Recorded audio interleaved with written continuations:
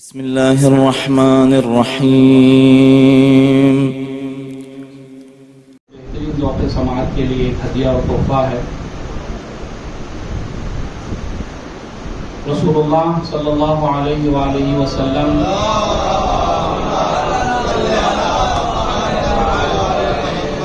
کا یہ جملہ ہمارے تقریباً تمام نوجوانوں کے اذہان میں موجود ہے۔ حد اقل اس کے ترجمے سے سبھی افراد واقف ہیں کہ جہاں رسول اللہ یہ فرما رہے ہیں کہ بے شک اللہ نے سید الشہداء کی شہادت میں وہ حرارت رکھی ہے مومنین کے قلوب میں جو کبھی سرد نہیں پڑ سکتی،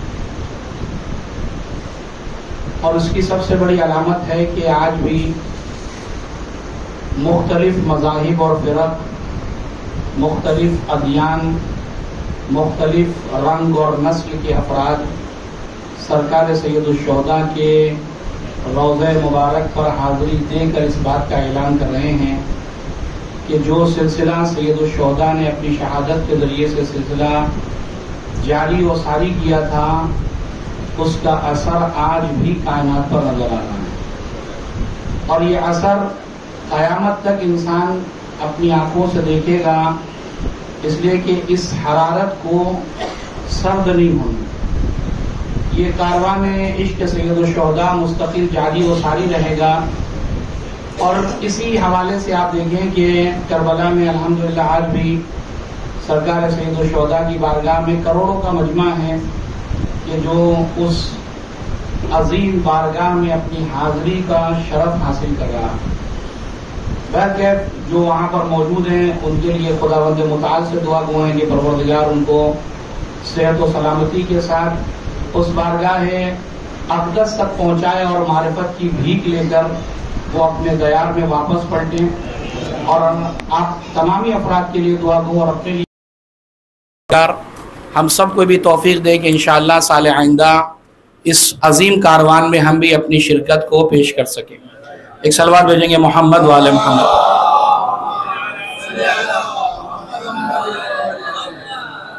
اور اگر تاریخ سے اسے میں جوڑوں تو آپ دیکھیں کہ آپ کے اذہان میں موجود ہے کہ نبی خدا جناب ابراہیم، دیکھیے موضوع میرا میں اعلان کر دیا تھا کل بھی، لیکن بعض افراد نہیں، وہ یہ ہے کہ کربلا کے مطالبات، کربلا ہم سے کیا طلب کر رہی ہے، اور اسی کے تسلسل کا ایک حصہ یہ ہے کہ کربلا ہم سے اخلاص کا مطالبہ کر رہی ہے، کربلا ہم سے خلوص چاہتی ہے، اس لیے کہ سید الشہداء کی ساری قربانی کو اگر آپ سمیٹیں اور سمیٹ کر ایک جملے میں کہنا چاہیں تو وہ ہے خلوص اور اخلاص۔ یہ سید الشہداء نے پوری اس کربلا کو سجایا ہی اخلاص کی بنیاد پر ہے۔ ایک صلوات بھیجیں گے محمد۔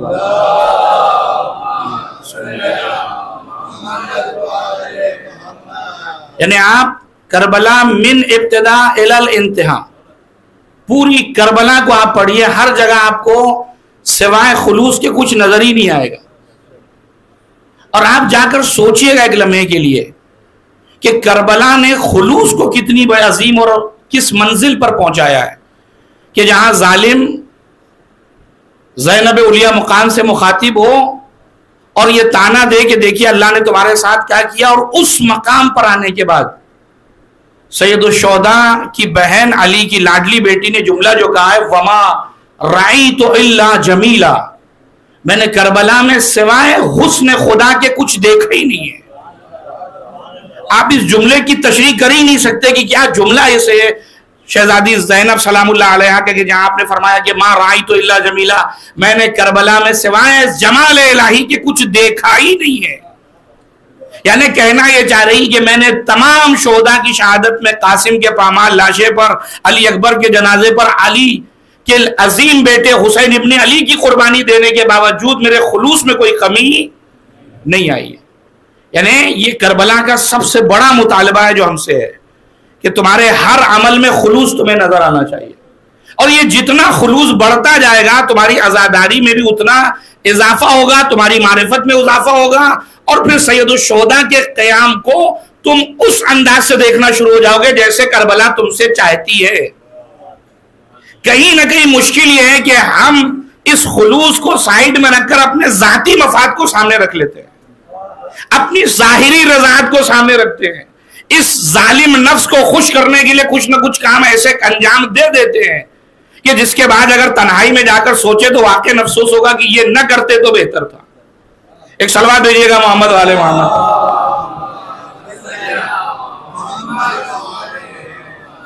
لہذا کربلا کے مطالبات میں ایک اہم ترین مطالبہ جو ہم سے ہے سید الشہداء کا، وہ ہے اخلاص کا مطالبہ۔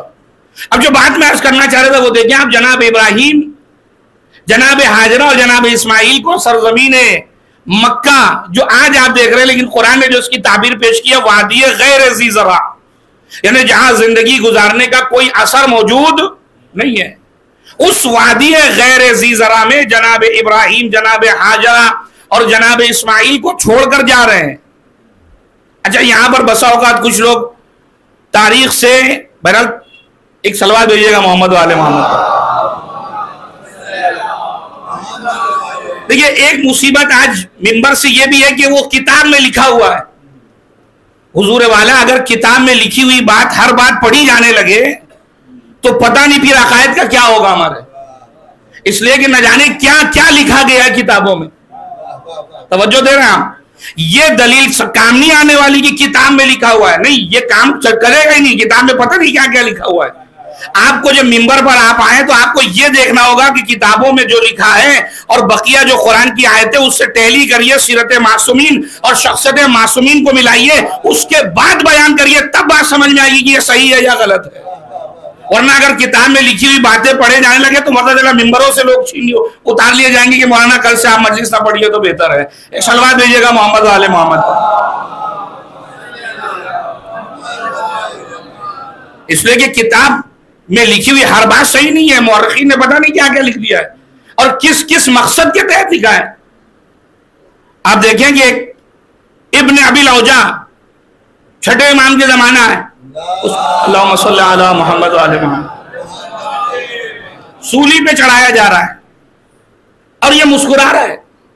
لوگ حیران ہے کہ یہ جا رہا ہے مرنے کے لیے اور یہ مسکرا کیوں رہا ہے آخر؟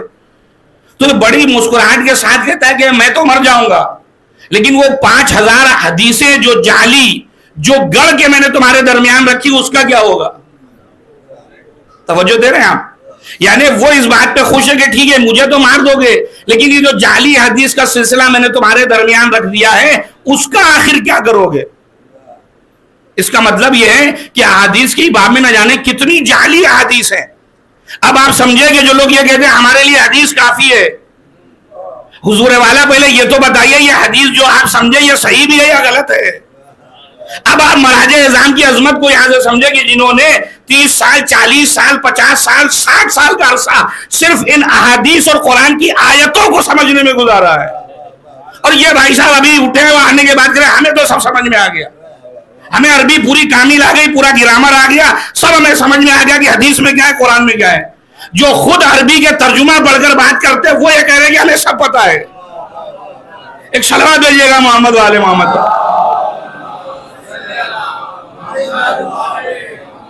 لہذا یہ ایک الگ بحث میں اس طرف نہیں جانا چاہ رہا۔ بہرحال تو تاریخ میں اب یہ بیان کیا گیا کہ وہ جناب سارہ کے اندر حسد پیدا ہوا، اس لیے جناب سارہ نے کہا کہ حضرت ابراہیم حاجرہ کو کہیں اور لے کے چلے جائیے، میں حاجرہ کے ساتھ زندگی نہیں گزار سکتی۔ عزیزان گرامی، تاریخ میں یہ الزام ہے جناب سارہ کی ذات پر۔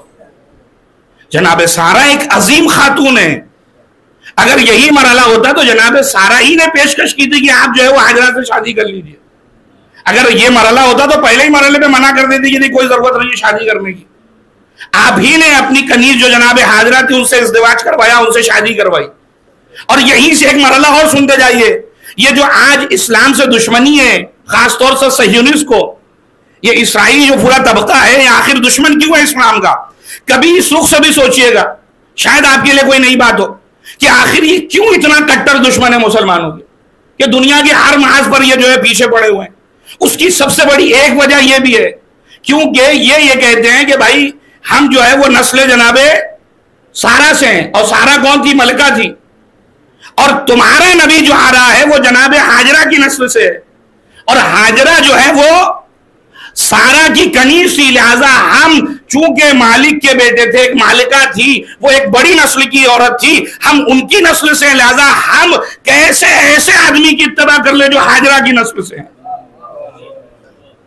آپ سمجھے سب سے بڑی وجہ یہ جو اس کی طرف بہت کم لوگ متوجہ ہوتے، ایک سب سے بڑی وجہ یہ بھی ہے کہ چونکہ ہم جو ہے وہ سارا کی نسل سے ہیں اور تمہارا نبی جو ہے وہ ہاجرہ کی نسل سے، جناب اسماعیل کی نسل سے، لہذا ہم اس کی اتباع نہیں کرنے والے، وہ خود ہماری اتباع کریں، ہم اس کی اتباع نہیں کرتے.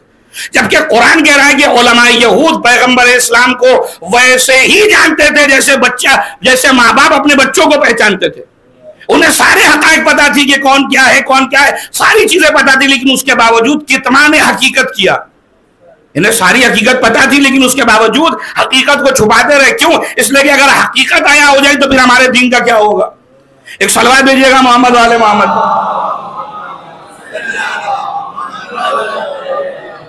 اب جناب دیکھیے تاریخ سے جواب میں دے رہا ہوں. جو لوگ یہ کہتے ہیں کہ جناب سارا کے کہنے پر لائے تھے، جناب ہاجرہ کو چھوڑا سرزمین مکہ پر اور جانے لگے. جناب ہاجرہ نے پلٹ یہ پوچھا، میرے والی و وارث مجھے اس وادی غیر ذی زرع میں کس کے سہارے پر چھوڑ کے جا رہے ہیں؟ نہ زندگی گزارنے کا کوئی اثر، اگر تنہا میں ہوتی تو بات الگ تھی، میرے ساتھ ایک بچہ بھی ہے، آپ کس کے سہارے پہ چھوڑ کے جا رہے ہیں؟ جناب ابراہیم نے عجیب جواب دیا، فرماتے ہیں ہاجرہ جس کے کہنے پہ لایا تھا اسی کے سہارے پہ چھوڑ کر جا رہا ہوں. یہ جملہ بتا رہا ہے کہ سارا کے کہنے پہ نہیں لائے تھے، خدا کا حکم تھا کہ اپنے بیوی بچوں کو وہاں چھوڑو تو چھوڑ کر جا رہا ہوں. ایک صلوات دیجیے گا محمد والے محمد.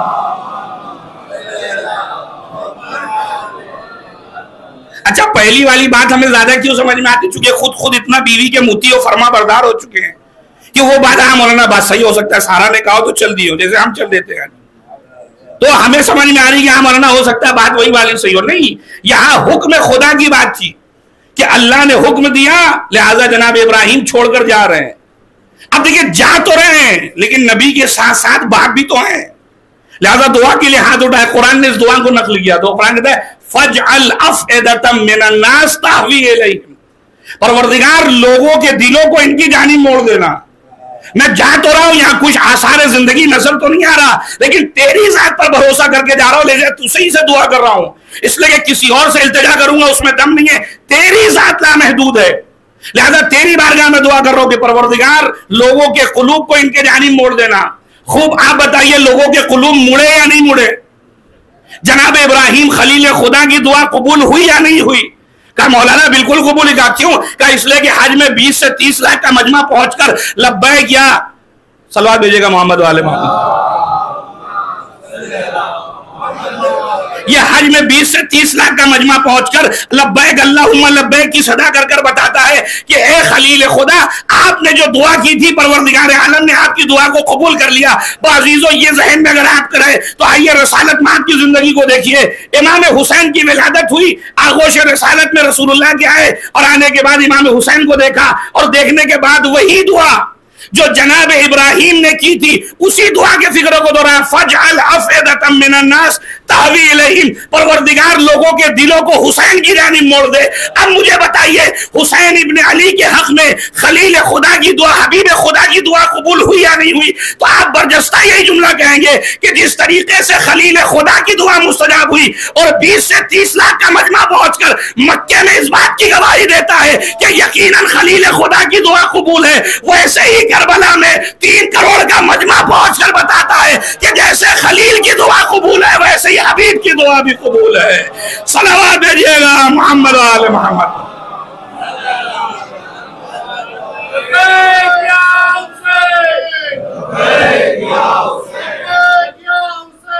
لبیک یا حسین، لبیک یا حسین.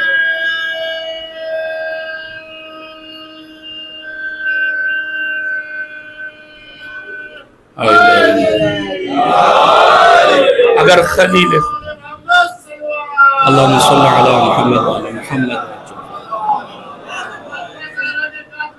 لعنت بے شمار. اگر خلیل خدا کی دعا قبول ہے تو حبیب خدا کی دعا بھی تو قبول ہے. یہ اسی دعا کا اثر ہے کہ آج کاروان عشق مستقل دیار سید الشہداء میں حاضری کے لیے تڑپ رہا ہے. یہ در حقیقت اس دعا کا اثر ہے، اس شہادت کا اثر ہے جو پوری دنیا پر اثر انداز ہو رہی ہے. لہذا گفتگو کا کربلا کے مطالبات کیا ہیں. اب مجھے پوری کربلا کو پڑھنا ہوگا, سید الشہداء کے قیام کو پڑھنا ہوگا. اچھا یہ بھی ایک المیہ ہماری قوم کے ساتھ. پتہ نہیں ہم میں سے کتنے افراد ہیں جنہوں نے اس پوری کربلا کو پڑھا ہے. اس لیے کہ ہمیں اتنا پتا ہے 28 رجب کو نکلے, 3 شعبان کو پہنچے, 2 محرم کو کربلا, 7 محرم سے پانی بند ہو گیا, 10 محرم کو سب شہید ہو گئے. اس کے بعد 11 محرم کو قافلہ نکلا, اس کے بعد کوفہ پہنچا, 1 سفر کو شام میں پہنچے, شام میں قید ہو گئے, اور اس کے بعد مدینے آ گئے, بات ختم ہو گئی. لیکن عزیزو کربلا ان 4-5 لفظوں کا نام نہیں ہے. کربلا پہ اگر آپ غور کریں تو یہ خطابت کے جملے نہیں ہیں. زندگی انسان کی کم پڑ جائے لیکن معارف کربلا ختم نہیں ہونے والے. حسین ابن علی کے اس قیام میں اتنے معارف ہیں, اتنے دروس ہیں, اتنے مواعظ اور عبرت ہیں کہ انسان جتنا عبرت حاصل کرنا چاہے, جتنا موعظہ لینا چاہے, جتنی چیزوں کو اپنے وجود میں لینا چاہے, ساری چیزیں موجود ہیں. یعنی آپ کہہ سکتے ہیں کربلا از اکول ٹو زندگی, کہ اگر ایک انسان کو زندگی کو سمجھنا ہے, ایک انسان کو زندگی کو صحیح معنی میں سمجھنا ہے, تو کربلا جگہ جگہ پر آپ کے لیے پیغام لے کر بیٹھی ہوئی ہے. ہر اعتبار سے کربلا جو ہے وہ اپنے مخاطبین کے لیے, چاہے مخاطبین کسی بھی سن و سال کے ہوں, تقریباً ہر سن و سال اور ہر صنف کے لیے کربلا اپنے دامن میں پیغام لے کر بیٹھی ہے.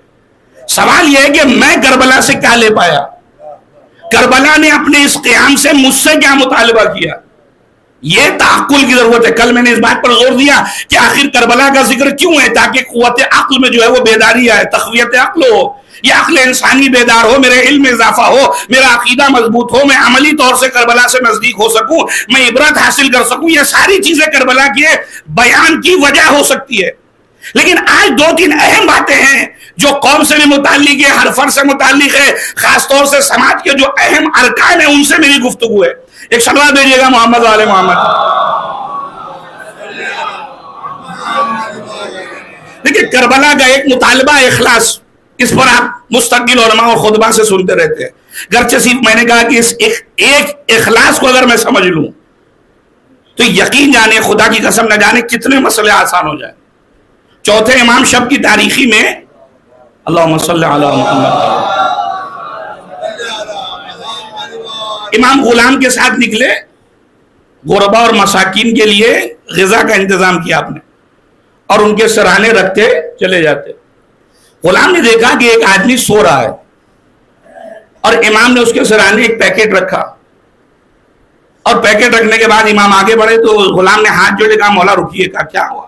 کہا مولا یہ دن میں اتنی برائی کرتا ہے آپ کی, جب بھی ملتا کسی سے کہتا دیکھو وہ ایک امام حسین تھے اور ایک ان کے بیٹے, میری خبر گیری نہیں رکھتے, میں ایسا ہو گیا, میں ویسا ہو گیا, مستقل آپ کی شکایت کرتا ہے. مولا کتنا بہتر ہوتا کہ اس کو اٹھا کر آپ بتائیے کہ کھانا جو رکھ رہا ہوں میں ہی رکھ رہا ہوں. دیکھیے اس کا مطالبہ غلط نہیں تھا, وہ خلوص میں وہ بھی بات کر رہا تھا امام سے کہ مولا اس کے دن کے جملے جو ہے وہ چبھتے ہیں مجھے جب وہ آپ کے لیے برا بھلا کہتا ہے. امام کا جواب میں واقعی بتا رہا ہوں کہ پوری مجلس اگر میں خطاب کر رہا ہوں, اس ایک جملے کو اگر میرا نوجوان سمجھ گیا تو سمجھئے پوری مجلس کا پیغام سب سے بڑا یہی ہوگا. امام علیہ السلام نے کہا کہ یہ سو تو رہا ہے, اس کو سونے دو. میں نے جس ذات کے لیے کام کیا نہ اسے نیند آتی ہے نہ اونگ آتی ہے. جس ذات کے لیے میں نے کام کیا لا تاخذہ سنۃ ولا نوم, نہ اسے اونگ آتی نہ نیند آتی ہے. میں نے کب اس کے لیے کام کیا تھا, جس ذات کے لیے کیا تھا وہ واجب الوجود مجھے دیکھ رہا ہے, اور جب وہ دیکھ رہا ہے تو پھر کسی کو دکھانے کی ضرورت نہیں ہے. صلوات بھیجیے گا محمد وآل محمد.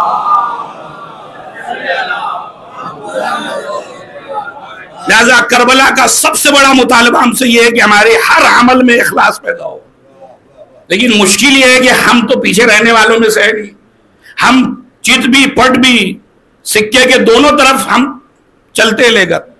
فراز اور مجلس اگر ہو, مجمع آ جائے, کسی نے کہا مجمع تو بہت آ گیا بھائی, تو وہ صاحب کہیں گے دیکھیے جب کام خلوص سے کیا جائے تو مجمع تو ہونا ہی ہونا ہے. دوسرے دن کہیں اور مجلس تھی, کھانے کا بھی انتظام تھا, اتفاق سے پتہ چلا آدھے سے زیادہ مجمع غائب. اب کسی نے بڑھ کے پوچھا حضور کیا ہوا خلوص میں؟ آپ یہ کہا دیکھیے جو کام خلوص سے ہوتا ہے اس میں مجمع نہیں دیکھا جاتا. یعنی کل بھی یہ خلوص میں تھے اور آج بھی. صلوات دیجیے گا محمد والے محمد. لہذا ہمارا کوئی عمل تو بغیر خلوص کے ہوتا ہی نہیں. ہاں دوسرے کے لیے ہمارے لیے بہت لمبی زبان ہے. اس کا ایک عمل بھی 100 عمل میں اگر ہماری نگاہ میں باخلوص ہو جائے, خلوص کے ساتھ ہو جائے, تو واقعی بہت خوش قسمت انسان ہے کہ کم سے کم کوئی ایک عمل تو میری نگاہ میں اس کا کوئی اخلاص کے ساتھ ہوا. جبکہ خلوص وہ چیز ہے کہ جس کا تعلق دل سے, قلب سے, دماغ سے. مجھ سے کیا مطلب, پتہ نہیں کس نے خلوص میں کیا نہیں کیا, لیکن ہاں جب میں کروں گا تو خلوص میں کرتا ہوں, دوسرا کرتا ہے تو وہ دکھاوے کے لیے کرتا ہے. مولانا ایک صلوات دیجیے گا محمد والے محمد. لہذا کربلا کا مطالبہ مجھ سے کیا ہے, سب سے پہلا مطالبہ کربلا کا کہ اخلاص ہے.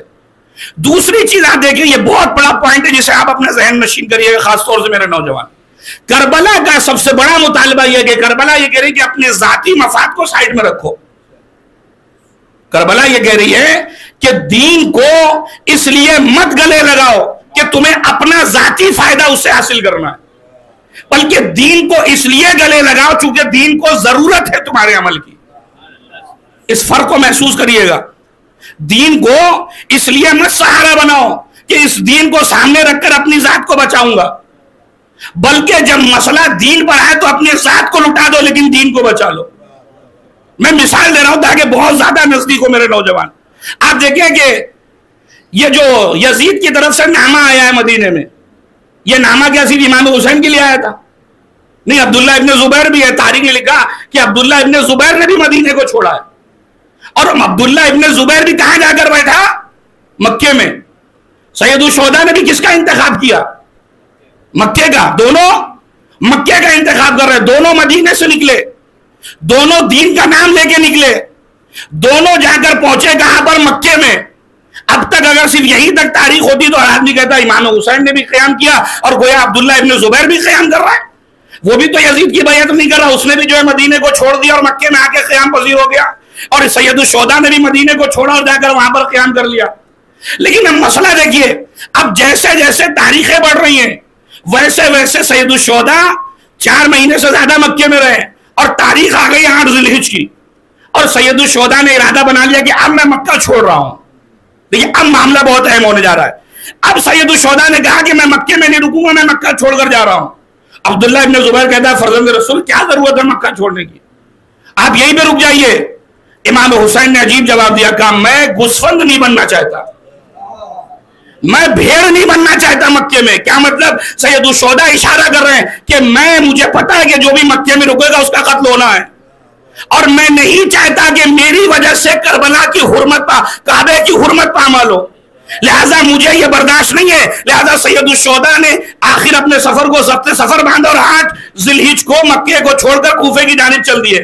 لیکن عبداللہ ابن زبیر نہیں جا رہا ہے, وہ کہہ رہا ہے نہیں, یہ مکہ سب سے سیف جگہ ہے, یہاں کی گھاس اگانا بھی جو ہے وہ جرم ہے, کسی کی کیا مجال جو مجھے یہاں کر مارے گا. لہذا سب سے بہترین پناہ گاہ جو ہے مکہ ہے, اور خاص طور سے خانہ کعبہ ہے. اب آپ دونوں فکروں کو سمجھیے. عبداللہ ابن زبیر مدینے سے نکل کر مکے میں آیا, حسین ابن علی بھی مدینہ چھوڑ کر مکے میں آئے ہیں, لیکن عبداللہ ابن زبیر کعبے کو ذریعہ بنا رہا ہے اپنے کو بچانے کے لیے. توجہ کیجیے گا. لیکن حسین ابن علی کہہ رہے میں رہوں یا نہ رہوں لیکن کعبہ کی حرمت پامال نہ ہو.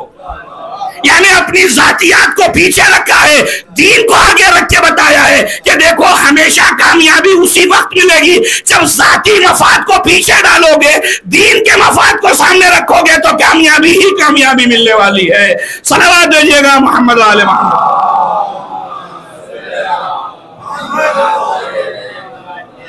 کہنے کا مقصد کا دین سے جڑو تو, لیکن دین کو فائدہ پہنچانے کے لیے, دین سے فائدہ حاصل کرنے کے لیے نہیں.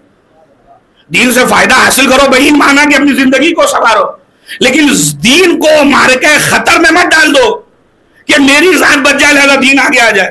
آج آپ دیکھیں کچھ بھی معاملہ ہوتا ہے فوراً وہ دین کا مطالبہ ایسا ہے, دین کا تقاضا یہ اس لیے ایسا کرنا پڑا, دین کے تقاضے یہ تھے اس لیے اس کو ہم کو انجام دینا پڑا. اور کہیں بھی کوئی دین کا تقاضا نہیں, سب سارے تقاضے یہاں کے تھے. ان تقاضوں کو پورا کرنے کے لیے دین کو سامنے لایا گیا. اسی لیے بعض دانشوران یہ جملہ کہتے ہیں کہ جب کوئی بے دین اچانک دینداری کی بات کرنے لگے تو ڈرنے کی ضرورت ہے. توجہ کیجیے گا.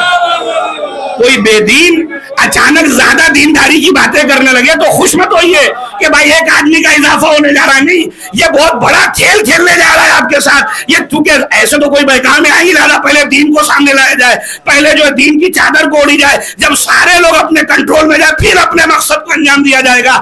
بالکل عبد الملک کی طرح. عبد الملک نے کیا کیا تھا؟ عبد الملک قرآن مسجد میں بیٹھے صبح شام بسم اللہ بسم اللہ, یہ سورہ وہ سورہ. لوگ حیران ہے کہ کیا آدمی ہے, صبح شام نماز پڑھ رہا ہے, صبح شام تلاوت قرآن کر رہا ہے. کرتے کرتے نوبت یہ آئی, کسی نے آگے کان میں کہا حضور مروان کا انتقال ہو گیا, اب آپ خلیفہ بن گئے. جیسے کہا کہ مروان کا انتقال ہوا آپ خلیفہ بن گئے, فوراً قرآن کو بند کیا, کہا ھذا فراق بینی و بینک, جو میرا مقصد تھا وہ مجھے حاصل ہو گیا. اب تجھ میں اور مجھ میں جدائی نہ تجھ سے مجھ سے مطلب ہے, نہ مجھ کو تیری ذات سے مطلب ہے. کیا مطلب؟ یعنی جو دین کا وہ چولا اوڑھا تھا وہ اس لیے تھا کہ اپنے ذاتی مقصد کو حاصل کرے. جب مقصد حاصل ہو گیا تو کہاں کا دین اور کہاں کا مطالبہ. صلوات بھیجیے محمد علیہ. لہذا اس بات کو لے کر سترک رہنے کی ضرورت ہے کہ بہت اچھی بات ہے کوئی بے دین دیندار ہو, اس سے اچھی بات کیا ہے, لیکن اس سے تھوڑا سا ہوشیار رہنے کی بھی ضرورت ہے کہ بھائی اچانک ہوا کیا اس کو. لہذا ادھر تھوڑا سا اس پر توجہ دینے کی ضرورت ہے خوب. لہذا سید الشہداء کہتے ہیں کہ میرے قیام کا مقصد کیا ہے؟ کہا میرے قیام کا مقصد یہ ہے کہ میں ذاتیات کو ہٹا کے بات کرتا ہوں. مجھے اپنا فائدہ نہیں دیکھنا, مجھے دین کا فائدہ دیکھنا. اور اگر دین کا فائدہ دیکھنا ہے تو پھر ہر چیز کو قربان کیا جا سکتا ہے. اگر دین کو آگے رکھا ہے تو ہر چیز قربان کی جا سکتی ہے. لیکن اگر نفس آگے ہے تو پھر دین پامال ہوتا ہو, دین کے مطالبات پامال ہوتے ہو, رشتہ داریاں پامال ہوتی ہو, اعزاء اقربا پامال ہوتے ہو. کوئی بھی اس سے مجھ سے کیا مطلب, چونکہ میرا خدا تو یہاں بیٹھا ہوا ہے, میرا دین تو یہاں پہ بیٹھا ہوا ہے. لہذا مجھے تو اس کو خوش کرنا ہے, کوئی خوش ہو یا نہ ہو. لہذا کربلا کا پہلا مطالبہ کہ تمہیں بڑے سے بڑا جو کام کرنا ہوگا اس میں اپنی ذاتی قربانی تمہیں دینی ہوگی, اپنے مفاد کو پیچھے رکھنا ہوگا اور دین کے مفاد کو آگے رکھنا ہوگا. دوسرا پیغام جو سید الشہداء کے قیام سے جو ہم سے مطالبہ ہے وہ کیا ہے کہ دیکھو جب سارے لوگ خاموش ہوں, چاروں طرف اندھیرا ہو, کوئی بولنے والا نہ ہو, کوئی آواز بلند کرنے والا نہ ہو, حق کو دبایا جا رہا ہو, مظلوموں کو مزید مظلوم بنایا جا رہا ہو, چاروں طرف خاموشی ہو, تو ایسے معاملات میں کوئی بولے نہ بولے کربلا ہی ضرور بولے گا. توجہ کیجئے گا. حسین ابن علی سے کوئی پوچھ سکتا تھا مولا آپ کیوں آخر قیام کر رہے ہیں, یہ سارے لوگ تو خاموش ہیں. اور علامہ مودودی نے تو بڑی عجیب بات کر دی. وہ کہتے ہیں کہ مجھ سے لوگ آ کے پوچھتے ہیں کہ جب سارے اصحاب نے یزید کی بیعت کر لی تھی تو حسین ابن علی نے بیعت کیوں نہیں کی؟ علامہ مودودی نے کہتے ہیں وائے ہو تم پر, لعنت ہو تم پر, یہ کیوں نہیں کہتے کہ جب حسین نے بیعت نہیں کی تھی تو بقیہ صحابیوں نے کیسے بیعت کر لی؟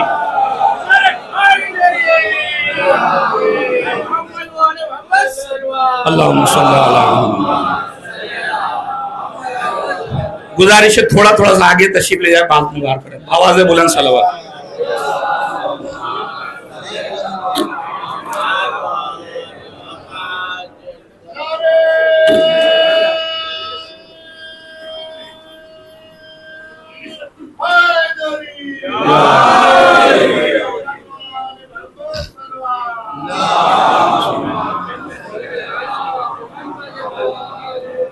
واقعی غور کرنے کی بات ہے کہ جب فرزند رسول نے بیعت نہیں کی تو بقیہ نے کیسے بیعت کر لی؟ معاملہ برعکس ہو رہا ہے کہ جب سب نے بیعت کر لی تھی ان کو بیعت کرنے کی کیا ضرورت, کیوں نہیں کیا آخر انہوں نے, کیوں بیعت نہیں کی؟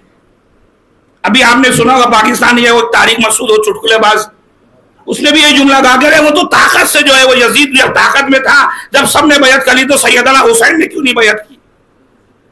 تو حضور والا پھر وہی بات, یہ وہ سارے افراد ہیں جو طاقت کو حق سمجھتے ہیں. لیکن کربلا کا پیغام یہ نہیں ہے کہ طاقت حق ہے, کربلا کا پیغام تو ہے کہ حق ہے جو طاقت بن کر ابھرتی ہے. تمہیں پہلے دیکھنا ہوگا تم حق پر ہو یا نہیں ہو, طاقت خود بخود پیدا ہو جائے گی. یہ مت سوچو دولت حق ہے, طاقت حق ہے, اولاد کا کثیر ہونا حق ہے, نہیں. پہلے حق کو پہچانو, اسی لیے مولانا نے کہا اعرف الحق, پہلے حق کو پہچانو, اہل حق خود بخود پہچان میں آنے لگے گی. تو سوال یہ ہے کہ فرزند رسول جب سب خاموش ہیں تو آپ کو اٹھنے کی کیا ضرورت ہے یا نہیں ہے ذہنوں میں سوال؟ لہذا حسین ابن علی دیکھ رہے ہیں کہ چاروں طرف سناٹا ہے, ہر آدمی خاموش ہے. اچھا رسول اللہ کی ایک حدیث سنتے جائے، ایک صلوات بھیجیے گا محمد والے محمد۔ چونکہ ان نوجوانوں کو یہ معاملہ سمجھنا بہت ضروری ہے کہ آخر امام حسین جس زمانے میں زندگی گزارے وہ زمانہ ہے کیا، وہ سماج اور معاشرہ کیسا سماج اور معاشرہ ہے۔ لہذا امام حسین، رسول اللہ کی حدیث ہے، امام رسول اللہ یہ فرماتے ہیں کہ سماج اور معاشرے کے ارکان جو ہے وہ 4 ہیں۔ 4 لوگ ہیں جو سماج اور معاشرے میں رکن کی حیثیت رکھتے ہیں۔ اچھا، اپنے بچوں کو یہ بات سمجھانے کے لیے ایک مثال دیتا ہوں۔ یہ بتائیے نماز کے واجبات کتنے ہیں؟ کا واجبات نماز 11 ہیں۔ ان 11 میں 5 جو ہے وہ رکن کی حیثیت رکھتے ہیں۔ کیا مطلب؟ یعنی نیت، تکبیرۃ الاحرام، قیام متصل برکوع، رکوع اور سجود، یہ 5 جو ہے وہ رکن کی حیثیت رکھتے ہیں۔ اگر رکن اور واجب میں کیا فرق ہے؟ کہ رکن اور واجب میں یہ فرق ہے کہ رکن اگر جان بوجھ کے چھوڑا تب بھی نماز باطل، اور بھولے سے چھوٹ گئی تب بھی نماز باطل۔ لیکن جو بقیہ چیزیں ہیں وہ کیا ہے؟ قرات اور ذکر و ترتیب و موالات و تشہد و سلام، یہ بقیہ 6 چیزیں واجب ہے، رکن نہیں ہے۔ یعنی اگر جان بوجھ کے چھوڑو گے تو نماز باطل ہو جائے گی، لیکن اگر بھول گئے تو اسلام نے اس کا کوئی بدل رکھا ہے کہ یہ کر لو تو نماز تمہاری صحیح ہو جائے گی۔ لہذا یہ 11 میں 5 لوگ ایسے ہیں کہ جو رکن کی حیثیت رکھتے ہیں۔ رسول یہ کہہ رہے ہیں کہ اس سماج کے 4 لوگ رکن کی حیثیت رکھتے ہیں۔ اس کا مطلب یہ نہیں کہ باقی لوگ سے کوئی مطلب نہیں، باقی لوگ بھی اس سماج کے لیے اہم ہیں اور بہت زیادہ اہم ہیں، لیکن ان تمام لوگوں میں 4 لوگ ایسے ہیں جو سب سے زیادہ اہمیت کے حامل ہیں۔ اس کا مطلب کیا ہے؟ یعنی ان 4 نے اگر جان بوجھ کے اپنے کام کو چھوڑا، اپنا رول پلے نہیں کیا، تب بھی سماج فاسد ہو جائے گا، اور اگر بھول گئے رول پلے کرنا تب بھی سماج فاسد ہو جائے گا۔ ایک صلوات بھیجیے گا محمد والے محمد۔ اب مجھے یہ دیکھنا ہے کہ یہ سماج اور معاشرہ جس کا میں بھی حصہ ہوں، میں آخر اس 4 میں کہیں فٹ بیٹھتا ہوں یا نہیں بیٹھتا ہوں؟ کہیں ایسا تو نہیں کہ میری تساہلی کی بنیاد پر، میرے غلط اقدام کی بنیاد پر کربلا کا جو فائدہ میری قوم کو ہونا چاہیے تھا وہ نہیں ہو پا رہا ہے؟ کا پہلا رکن کون ہے؟ کا الحکمہ، پہلا فائدہ، پہلا جو مسئلہ ہے وہ الملوک کا ہے۔ رسول اللہ کی حدیث مختلف طریقوں سے کہ الملوک، ملوک کون ہے؟ ملوک کا ترجمہ آج کی زبان میں آپ کہہ سکتے ہیں بادشاہ، پریسیڈنٹ، پی ایم، یہ لوگ ملوک کے کھاتے میں آتے ہیں۔ رسول نے کہا کہ یہ ان کی ذمہ داری ہے کہ سماج کی جو امن کی نبض ہے وہ ان کے ہاتھوں میں۔ کن کے ہاتھوں میں؟ ملوک کے ہاتھوں میں، یعنی چاہے وہ بادشاہ ہو، چاہے وہ پریسیڈنٹ ہو، چاہے وہ پی ایم ہو، ان کا کام یہ ہے کہ سماج اور معاشرے میں امن و امان کو مینٹین رکھے۔ دوسرا کام کا العلماء، سماج کا اگلا رکن کون ہے؟ کا علماء ہے، ان کی جو ہے وہ تعلیم و تربیت کی ذمہ داری ان کے اوپر رکھی گئی ہے، لہذا یہ اپنی ذمہ داری کو ادا کریں۔ تیسرا مرحلہ العباد، دیندار لوگ، ان کی ذمہ داری ہے کہ سماج میں روحانیت کو اور معنویت کو مینٹین رکھے۔ چوتھا مرحلہ ہے تجار کا، تاجر کا، ان کی ذمہ داری ہے کہ اقتصادی جو حالات ہیں سماج اور معاشرے کے اس کو کنٹرول میں رکھیں اور اللہ کی اس امانت میں خیانت نہ کریں۔ جو مال خدا ہے یہ ان کا تو نہیں ہے، یہ امانت الہی ہے، لہذا اس امانت میں خیانت نہیں کرے، جو حقوق ہے وہ تب تک پہنچائے۔ اب یہ چاروں کو چھوڑا نہیں ہے رسول نے، اب رسول نے ایک ایک کی ذمہ داری کو بیان کیا کہ سب کی ذمہ داری میں کیا کیا ذمہ داریاں آتی ہیں۔ کہ پہلی ذمہ داری الملوک، یہ جو بادشاہ ہے، یہ پی ایم ہے، یہ پریسیڈنٹ ہے، ان کی ذمہ داری ہے سماج میں امن و امان کا قائم رکھنا۔ اب عجیب تعبیر ہے، اسے آپ دیکھیں، آپ تعبیر رسول اللہ یہ ہے کہ یہ ملوک، یعنی چاہے وہ بادشاہ ہو، چاہے پی ایم ہو، چاہے پریسیڈنٹ ہو، یہ راعی ہے۔ راعی عین سے، راعی یعنی چوپان، چرواہا، دیکھ بھال کرنے والا، یہ زیب نہیں ہے، یہ بھیڑیا نہیں ہے۔ توجہ کیجئے گا، رسول یہ کہہ رہے ہیں کہ یہ جو سماج کا ذمہ دار ہے یہ راعی ہے، یہ بھیڑ نہیں ہے، بھیڑیا نہیں ہے۔ راعی کا کیا کام ہے؟ کہ راعی کا ذمہ داری ہے کہ جو غلے میں جتنے بھی جانور ہیں، چاہے وہ جیسے بھی جانور ہوں، لولے ہو، لنگڑے ہو، الگ نسل کے ہو، کسی بھی طرح کے ہو، کوئی کسی بھی رنگ و رنگ کا ہو، اس کی ذمہ داری ہے کہ بغیر کسی بھید بھاؤ کے جتنے بھی جانور ہیں ان کو یہ سوچ کے کہ یہ غلے کا حصہ ہے اور مجھے اس غلے کا نگہبان بنایا گیا ہے، لہذا میری ذمہ داری ہے کہ ان میں سے کسی کو تکلیف نہ پہنچنے دوں، سب کی حفاظت کرنا میری ذمہ داری ہے۔ لیکن آپ سوچئے اگر سماج میں جسے حفاظت کی ذمہ داری دی گئی ہے وہی بھیڑیا بن کر سماج کو ڈسنے لگے، سماج کو ختم کرنے لگے، وہی سماج کو مٹانے لگے، تو اب سوچئے سماج ہمارا کہاں چلا جائے گا؟ ایک صلوات بھیجیے گا محمد وآل محمد۔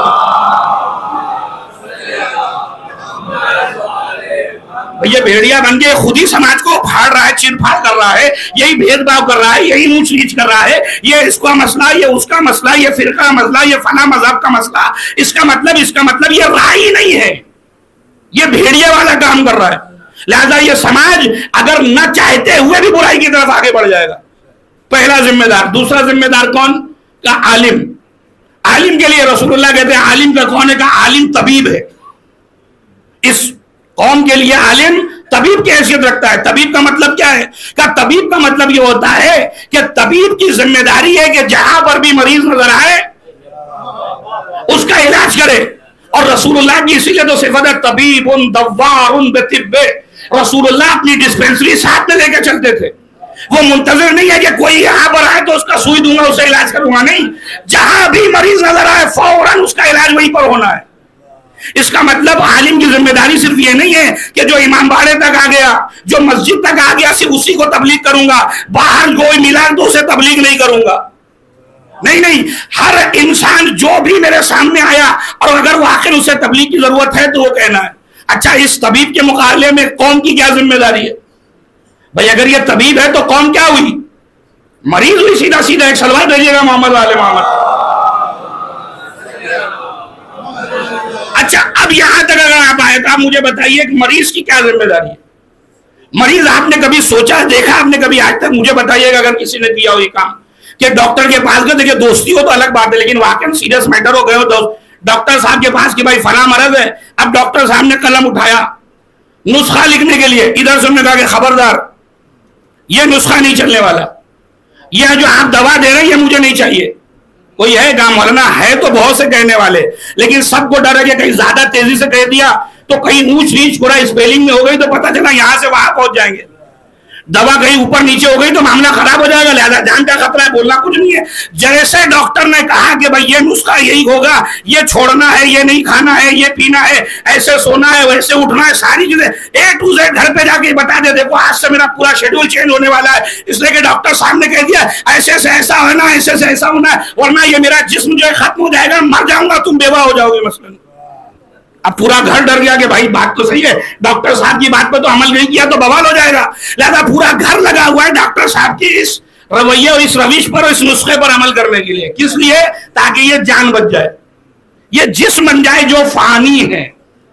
لیکن عزیزوں، یہ روح نہ جانے کتنی مرتبہ فاسد ہوتی ہے، یہ روح نہ جانے کتنے گناہوں میں آلودہ ہوتی ہے۔ کبھی پلٹ کے ہم نے دیکھا، بلکہ مولانا صاحب سے تو الٹا ہم خود مولانا کو مشورہ دیتے نظر آئے، بہتر ہے کہ آپ ایسا پڑھ دیجیے کتنا اچھا ہوگا، آپ جو 30 کے بجائے 25 منٹ پڑھ دیجیے بہت اچھا ہے، اس موضوع میں پڑھیے تو اور اچھا ہوگا۔ یعنی ہم خود ڈاکٹر کے مقابلے میں ڈاکٹر بن کر سامنے پیش ہو جاتے ہیں۔ ایک صلوات دیجیے گا محمد وآل محمد۔ اچھا، اب تو ایک اور روش آ گئی تھی، بھائی ہم کو یہ ڈاکٹر نہیں چاہیے، ہٹاؤ اس کو، یہ ڈاکٹر کو بھی ہٹاؤ، ہم اپنے مطلب کا ڈاکٹر چاہیے ہمیں جو مرض پتا ہے، ہمیں بھائی مرض پتا تھا تو خود ہی علاج کر لیتے، ضرورت کیا تھی کسی ڈاکٹر کو؟ کیونکہ عالم کی ذمہ داری طبیب کی ہے، اور جب طبیب ہے تو طبیب کے مقابلے میں زبان درازی نہیں چلنے والی، بلکہ طبیب کے مقابلے میں ادب سے بیٹھو تاکہ تمہارا جسم سالم ہو۔ تو جب دنیاوی طبیب کے مقابلے میں یہ ہے، تو جب تمہاری روحانی طبیب کی باری آئے گی تو وہاں پر بھی خاموشی سے بیٹھو، جو دین کی باتیں بتائی جائے اسے ایکسپٹ کرو، اسے عمل کرنے کی کوشش کرو۔ صلوات دیجیے گا محمد وآل محمد۔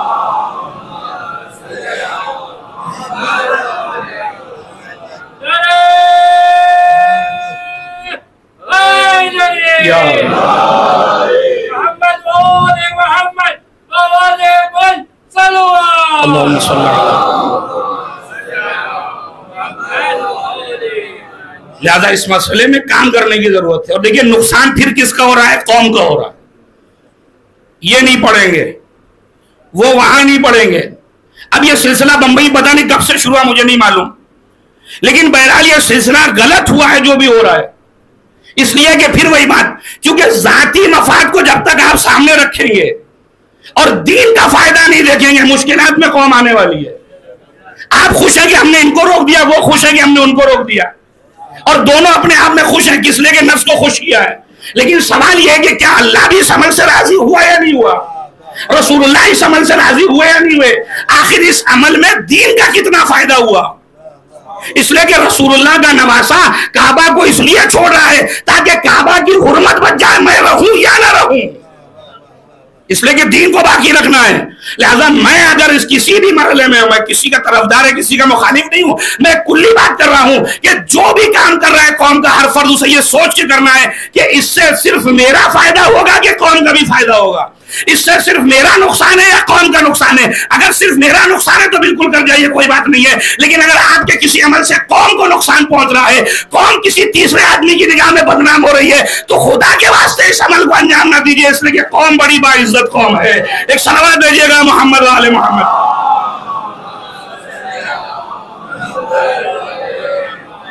لہذا اس پر کام کرنے کی ضرورت۔ طبیب کا کام کیا ہے؟ اب رسول اللہ کہتے ہیں وائے ہو اس دن پر جس دن طبیب ہی مریض بن جائے۔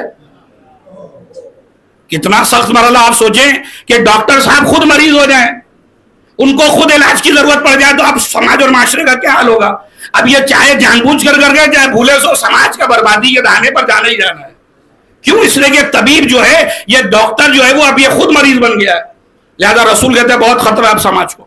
تیسرا مسئلہ کا العباد، دیندار لوگ، وہ لوگ کہ جو محراب عبادت کے بعد صف اول میں نمازی میں نظر آتے، بڑی بڑی ٹوپی، بہترین شاندار طریقے سے عطر لگا کر۔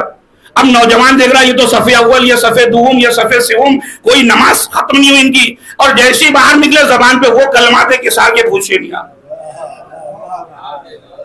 یہ افراد اب وہ جوان دیکھ رہا ہے، یہ تو صاحب نماز صف اول کے نمازیوں میں سے باہر نکلتے ایسے ایسے الفاظ کی کوئی آج تک استعمال نہ کرے۔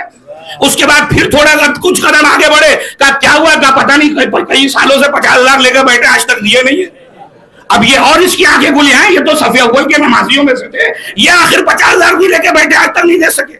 لہذا وہ حیران در حیران ہے۔ کیوں؟ اس لیے کہ العباد ایک دیندار کی ذمہ داری تھی کہ جو کردار مسجد کے اندر ہے وہی کردار مسجد کے باہر ہونا چاہیے۔ کچھ لوگ جو ہیں وہ مسجد کے اندر جناب موسیٰ بنتے ہیں اور مسجد کے باہر فرعونی جیسا کردار انجام دیتے نظر آتے ہیں۔ ایک صلوات دیجیے گا محمد وآل محمد۔ لہذا سمجھنے کی ضرورت ہے کہ رسول اللہ کا دین جو ہے یہ اللہ کا دین وہ دو رخی دین نہیں ہے کہ مسجد میں کچھ باہر کچھ، امام باڑے میں کچھ باہر کچھ نہیں۔ اگر دیندار ہو تو بالکل صحیح طریقے سے دینداری اختیار کرو، اس کا مطلب یہ نہیں ہے کہ نہیں کر سکتے تو بے دین بن جاؤ۔ ایک صلوات دیجیے گا محمد والے محمد۔ اس لیے کہ اس بیچارے کے پاس کم سے کم کچھ تو ہوگا شفاعت کے لیے۔ آپ تو پورا پیپر ہی سادہ لے کے پہنچ جائیں گے تو آپ کا کیا حشر ہوگا؟ لہذا اس پر انگلی اٹھانے سے پہلے اپنے آپ کو بھی دیکھ لیجیے گا میں ہوں کون۔ ایک اور صلوات دیجیے گا محمد والے محمد۔ لہذا اس کی ذمہ داری کیا ہے؟ اس کی ذمہ داری سماج میں معنویت اور روحانیت کو مینٹین رکھنا ہے۔ میرے کردار سے کوئی جوان، میرے کردار سے کوئی آدمی جو ہے گمراہ نہ ہونے پائے۔ میں جیسا یہاں پر ہوں ویسے ہی گھر میں نظر آؤں۔ ایسا نہ ہو کہ گھر میں میرا ٹون کچھ اور ہو، باہر جو ہے وہ سب سے اخلاق مندانہ طریقے سے، اور گھر میں زوجہ پریشان ہے۔ یہ واہ، مسجد میں تو مائک کی ضرورت ہے، یہاں بغیر مائک کیا ہنگامہ کیے ہوئے صاحب۔ لہذا یہاں پر سخت پیغمبر کے میرے بہت سے مطالب اس کو چھوڑ رہا ہوں، چونکہ آپ مجلس مستقل سنتے رہتے ہیں، اس باب میں آپ نے بہت سے مطالب سن رکھے ہیں، میں اس کو نہیں عرض کر رہا۔ لہذا کردار دونوں کا ایک ہونا چاہیے۔ چوتھا مسئلہ یہ ہے کہ تاجر، بزنس مین، اللہ نے اس کو جو مال دیا ہے یہ اس کی ملکیت نہیں، اس کی امانت ہے خدا کی، یہ اپنے فضل سے اسے نوازا ہے۔ لہذا قوم میں جہاں بھی کوئی مشکلات میں شکار ہو، کوئی واقع ضرورت مند ہو، اور اللہ نے اس مال میں جو حق رکھا ہے وہ اسے ادا کرنا ہوگا۔ اگر یہ حق ادا نہیں کرتا، دوسروں کی مدد نہیں کرتا، تو یہ بھی قوم کے فساد کا ذمہ دار بنے گا۔ ایک صلوات بھیجیے گا محمد۔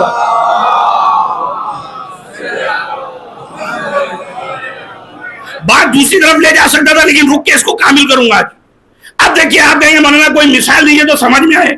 اب آپ مثال لیجیے، قرآن کہتا ہے سارق و سارقۃ فقطعوا ایدیہما، جو چور اور چوری ہے دونوں کے ہاتھ کاٹ دیے جائیں۔ یہ ہے کہ نہیں قرآن کی آیت؟ اب اگر کل سے کسی کو پتا چل جائے گا فلاں صاحب چور ہے تو کیا اس کے ہاتھ کٹ جائیں گے؟ ایک صلوات دیجیے گا محمد والے محمد۔ دیکھیے یہاں پر پھر جو ہے مولوی میں کتاب کی ضرورت ہوگی. 10ویں امام کے زمانے میں یہی تو بحث ہو رہی تھی کہ جب یہ مسئلہ آیا چور پکڑ کے لایا گیا, اب حاکم یہ کہہ رہا ہے کہ بتاؤ, بلا مولانا لوگ کو, سارے علماء جمع ہو گئے, کیا ہوا بھائی ہاتھ کہاں سے کٹے گا؟ قرآن نے تو یہ کہا ہے کہ ہاتھ کٹے گا, لیکن کہاں سے کٹے گا یہ تو قرآن نے نہیں بتایا. یہ کیسے حل ہو کہ آخر ہاتھ کٹے تو کہاں سے؟ کسی نے کہا یہاں سے کاٹ دو, کسی نے بازو سے کٹوا دیا, کسی نے یہاں سے ہتھیلی سے ہاتھ کٹوا دیا. اب جب کہہ تو دیا لیکن کہا دلیل تو لے کر آؤ, دلیل کے ٹائم سب خاموش.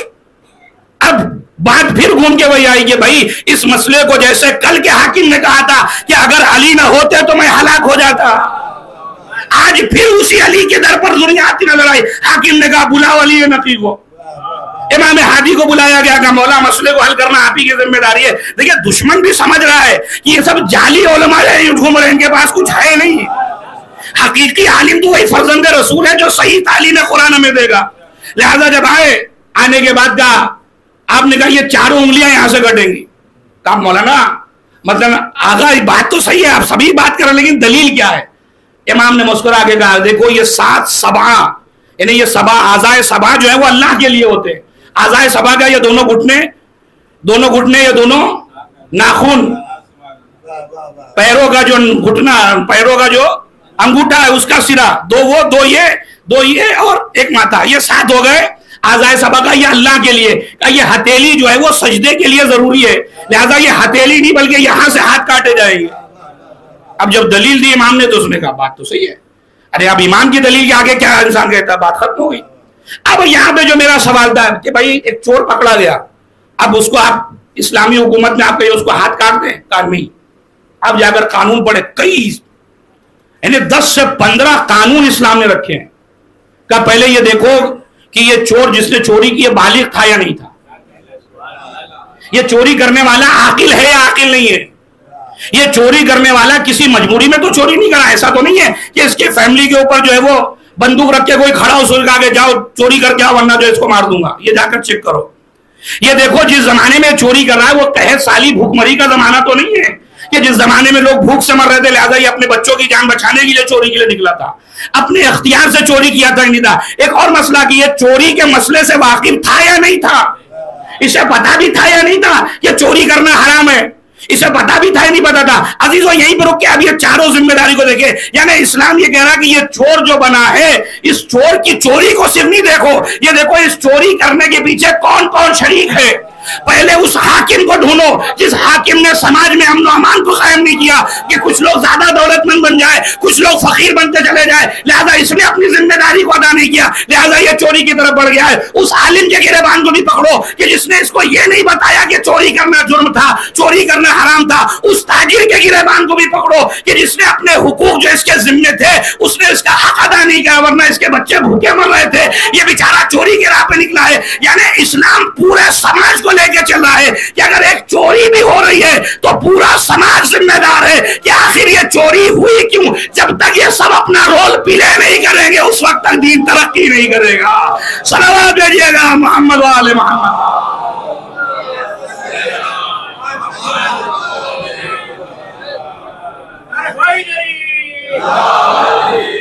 ایک اور صلوات بھیجیں گے محمد.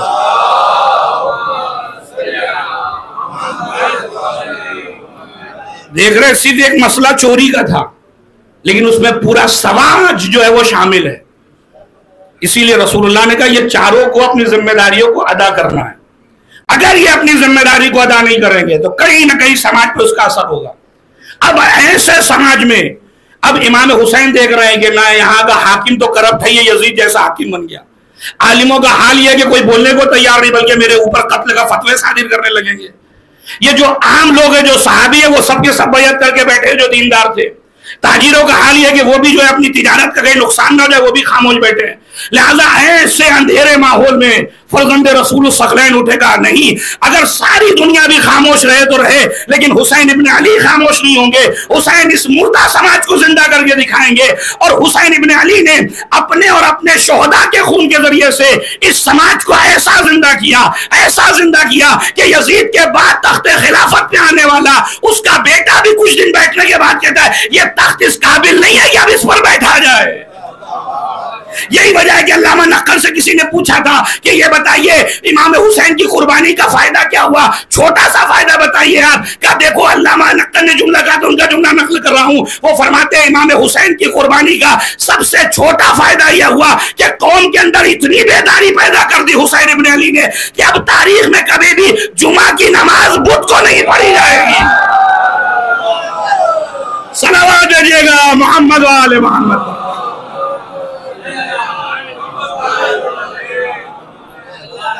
وہ سماج جو مر چکا تھا حسین ابن علی نے اپنے خون سے ایسا زندہ کیا.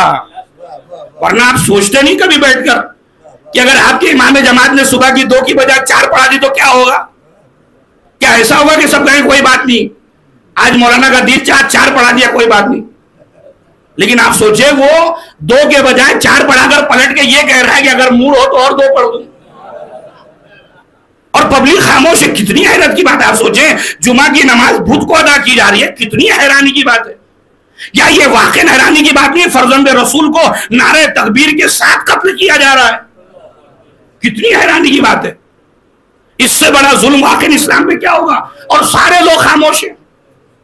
قتل شبیر ہوا نعرہ تکبیر کے ساتھ، واقع حیرانی نہیں ہے آپ کو؟ یہ کیسا سماج تھا، کیسے مردہ افراد تھے. لہذا امام حسین نے کہا اب اس سماج کو زندہ کرنے کی ضرورت ہے. لہذا امام حسین نے کہا سب خاموش رہے لیکن میں خاموش نہیں بیٹھوں گا. میں ظلم کے خلاف آواز اٹھاؤں گا، چاہے میں 72 ہی کیوں نہ رہوں، میں کچھ ہی افراد کا قافلہ لے کر کیوں نہ ہوں، لیکن میں خاموش نہیں بیٹھنے والا. اب آپ سمجھیں کربلائی اور غیر کربلائی کے آج کی اس دنیا میں اگر فرق کو محسوس کرنا ہے تو بڑی آسانی سے آپ محسوس کرتے ہیں کہ آج بھی دنیا کے ہر محاذ میں اگر کوئی مظلوموں کا ساتھ دے رہا ہے تو وہ کربلا والے ہی دے رہے ہیں. باقی غیر کربلائی کل بھی خاموش تھے، آج بھی خاموش ہے اور آئندہ بھی خاموش ہی رہنے والے ہیں. صلوات دیجیے گا محمد وآل محمد. حسینیت زندہ باد، حسینیت زندہ باد، یزیدیت مردہ باد، یزیدیت مردہ باد.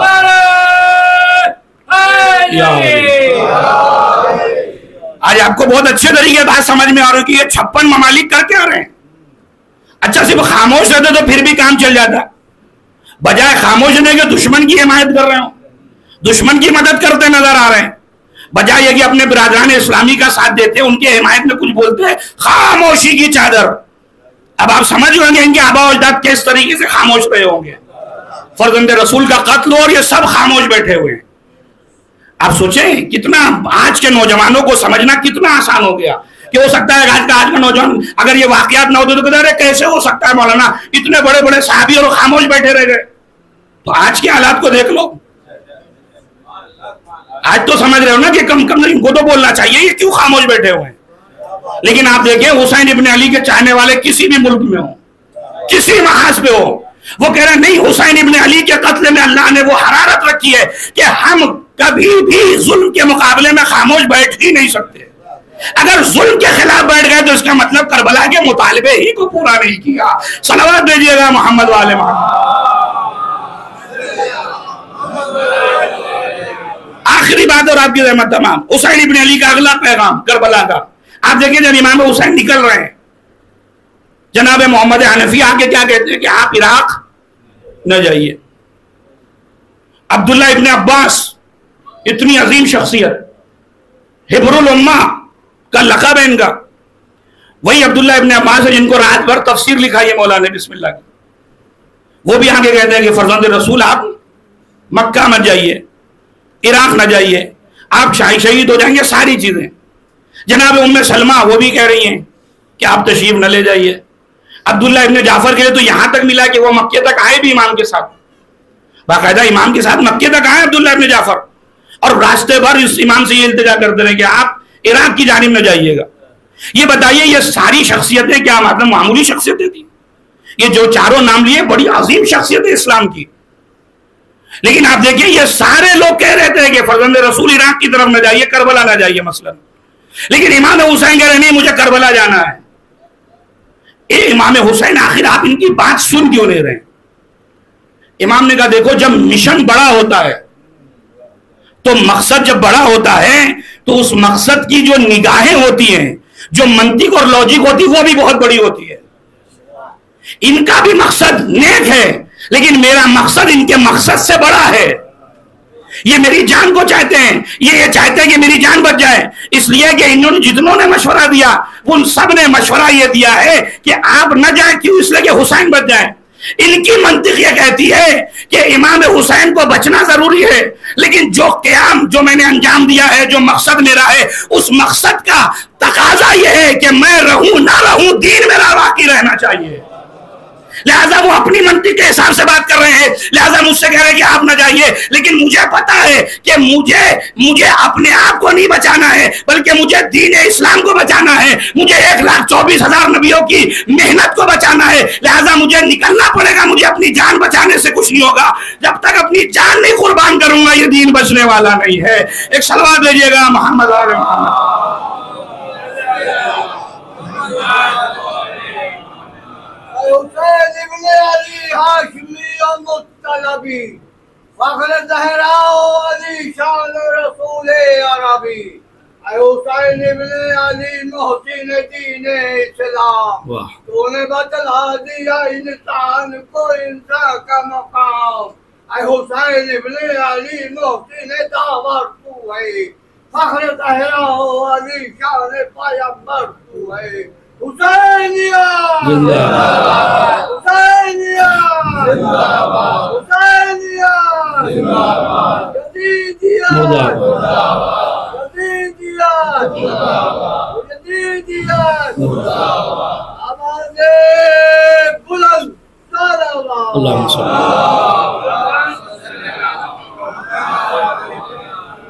لہذا جب مقصد بڑا ہو تو قربانی بھی بڑی پیش کی جاتی ہے.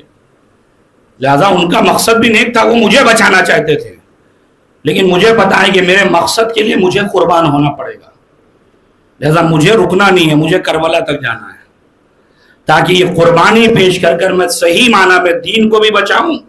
اسلام از ایکول ٹو انسانیت، یعنی انسانیت کو بھی بچاؤں. اسی لیے بشریت پر واقعاً احسان ہے حسین ابن علی کا.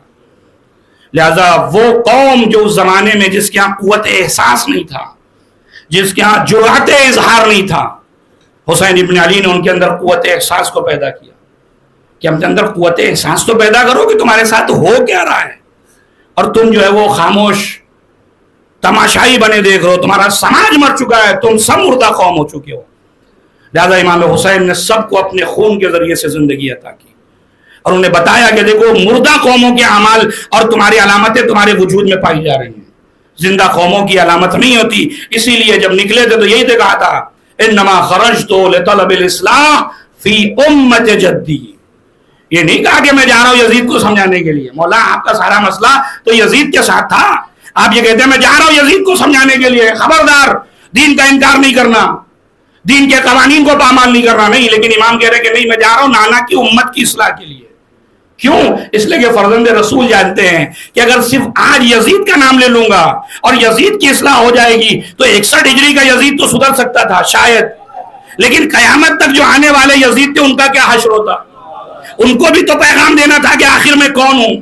لہذا اس امت کو بیدار کرنا پڑے گا جس نے یزید جیسے کو اپنا حاکم تسلیم کر لیا ہے. جب تک یہ سوتے رہیں گے یزید جیسے حاکم بنتے رہیں گے. لہذا پہلے انہیں جگانا ہوگا. اگر یہ جاگ جائیں گے تو پھر یزید ثانی کائنات میں نظر نہیں آئے گا.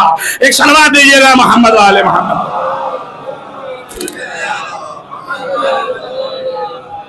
لہذا امام حسین نے قیام کو انجام دیا، اور کیسا عظیم الشان قیام کہ سید الشہداء کے اس قیام کی نظیر لانا واقعاً تاریخ کے لیے مشکل ہے. ایسا بے نظیر انقلاب واقعاً ہر انسان حیران ہے کہ سید الشہداء کے اس انقلاب اور اس قیام میں کیا جذابیت ہے، کیا کشش ہے، کیا قوت مغناطیسی ہے، کیا مغناطیسی صلاحیت ہے سید الشہداء کے اس قیام میں کہ ہر انسان جو اسے پڑھتا ہے وہ کھنچتا ہوا چلا آ رہا ہے، وہ عشق سید الشہداء میں گرفتار ہوتا نظر آ رہا ہے. کیوں؟ اس لیے کہ اگر انسان بیدار ہے ذرہ برابر بھی اور وہ کربلا کو پڑھے تو اس کے اندر بیداری نہ آئے، یہ ممکن ہی نہیں ہے.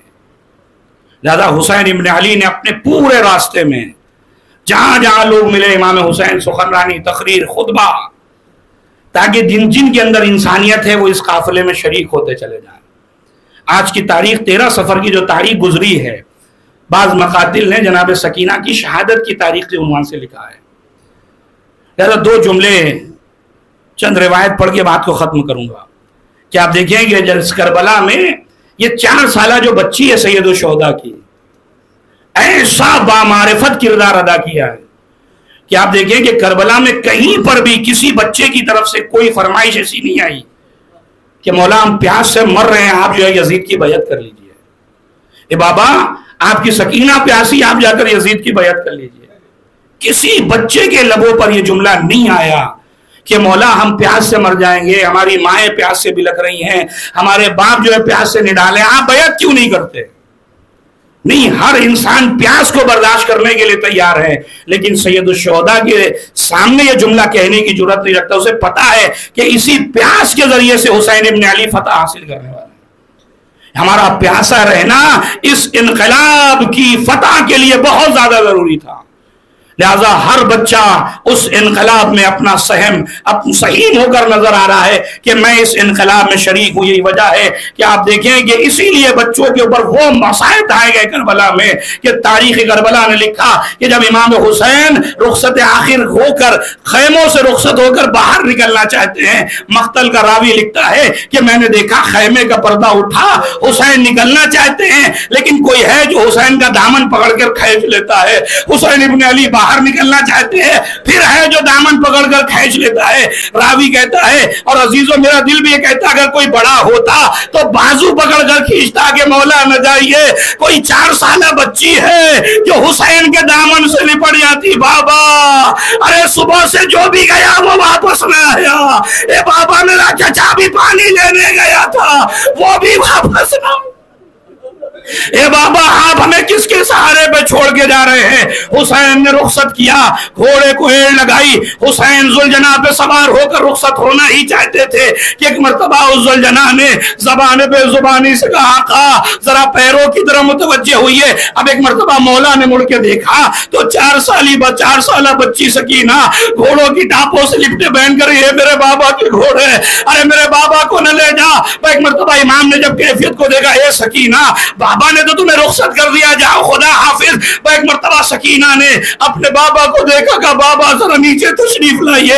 امام نے کہا کہو میری بچی سکینہ کام کیا ہے؟ کہا نہیں بابا ایسے نہیں بتاؤں گی، ذرا نیچے تشریف لائیے، خطابت نہیں کر رہا ہوں، مقتل کے جملے پڑھ رہا ہوں، بابا نیچے تشریف لائیے۔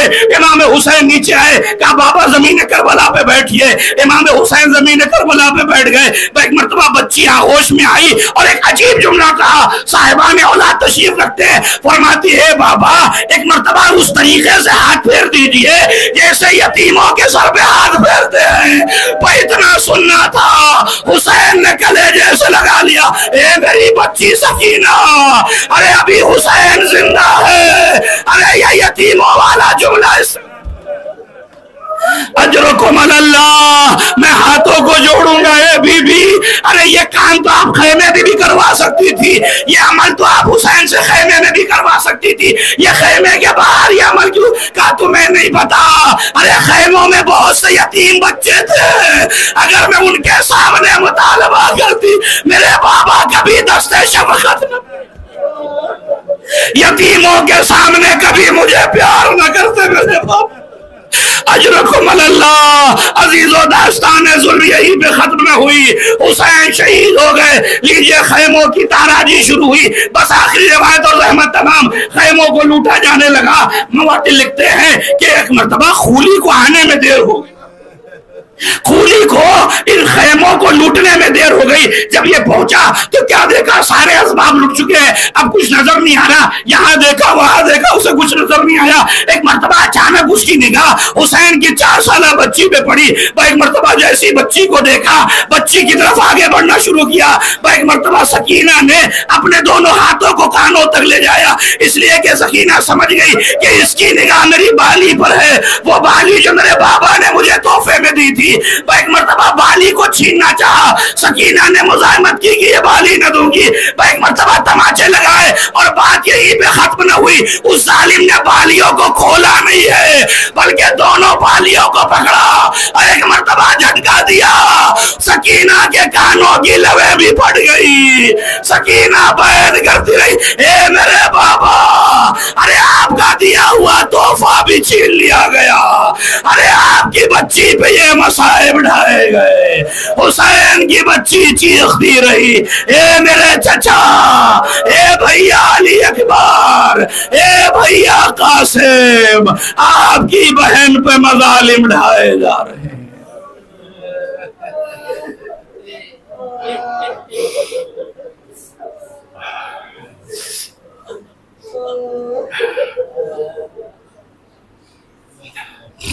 وَسَيَعْلَمُ الَّذِينَ ظَلَمُوا أَيَّ مُنْقَلَبٍ يَنْقَلِبُونَ إِنَّا لِلَّهِ وَإِنَّا إِلَيْهِ رَاجِعُونَ لَزَمِّ قَضَائِهِ وَتَسْلِيمًا لِأَمْرِهِ.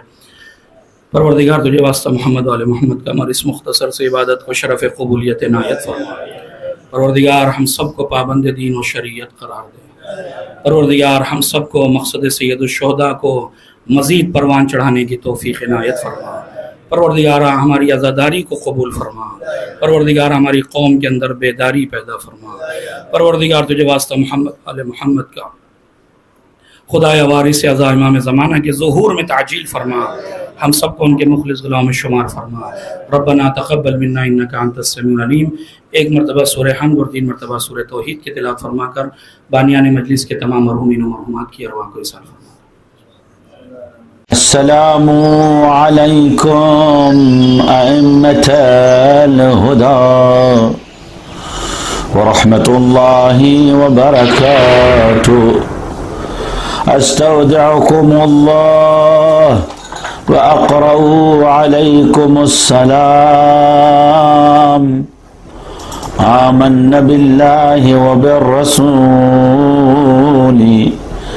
وبما جئتم به ودللتم عليه. اللهم فاكتبنا مع الشاهدين. اللهم صل على محمد وآل محمد. اللهم صل على محمد وآل محمد.